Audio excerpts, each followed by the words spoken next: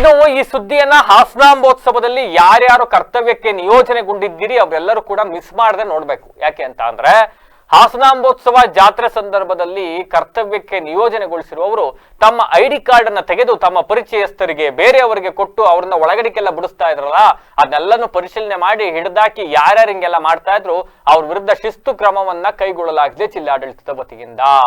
ಏನೇನ್ ಮಾಡಿದ್ದಾರೆ ಅಂತ ನೋಡ್ತಾ ಹೋದ್ರೆ, ಸಮಾಜ ಕಲ್ಯಾಣ ಇಲಾಖೆಯ ವಾರ್ಡನ್ ಆಗಿರ್ತಕ್ಕಂಥ ಆನಂದ್ ಇವರು ಮೆಟ್ರಿಕ್ ಪೂರ್ವ ಬಾಲಕರ ವಿದ್ಯಾರ್ಥಿ ನಿಲಯ ದೊಡ್ಡಬ ಮತ್ತೆ ಅರಕಲಗೂಡಲ್ಲಿ ಕೆಲಸ ಮಾಡ್ತಿದ್ದಾರೆ.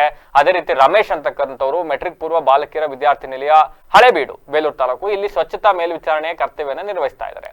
ಆದ್ರೆ ಈ ಇಬ್ರು ನೌಕರರು ತಮ್ಮ ಕರ್ತವ್ಯದ ನಿರ್ಲಕ್ಷ್ಯ ತೋರಿದ್ದಾರೆ ಅಂತ ಅಂದ್ರೆ ತಮ್ಮ ಗುರುತಿನ ಚೀಟಿಯನ್ನ ಬೇರೆಯವರಿಗೆ ನೀಡಿ ದೇವಸ್ಥಾನದ ದೇವರ ದರ್ಶನವನ್ನ ಮಾಡಿಸ್ತಾ ಇದ್ರಂತೆ.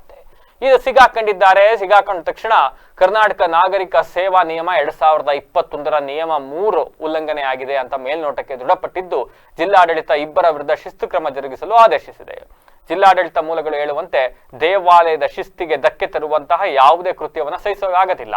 ಹಾಗಾಗಿ ಕರ್ತವ್ಯ ಲೋಪ ಮಾಡಿರುವ ವಿರುದ್ಧ ತನಿಖೆಗೆ ಆದೇಶಿಸಿ ಇಬ್ಬರನ್ನು ಅಮಾನತುಗೊಳಿಸಲಾಗಿದೆ. ನೀವೇನಾದ್ರು ID ಕಾರ್ಡ್ ಹಾಕಿ ಬೇರೆಯವ್ರನ್ನ ಕಳಿಸ್ತೀವಿ ಅನ್ನೋದಕ್ಕಿಂತ ಮುಂಚೆ ಎಚ್ಚರಿಕೆಯಿಂದ ಇರಿ.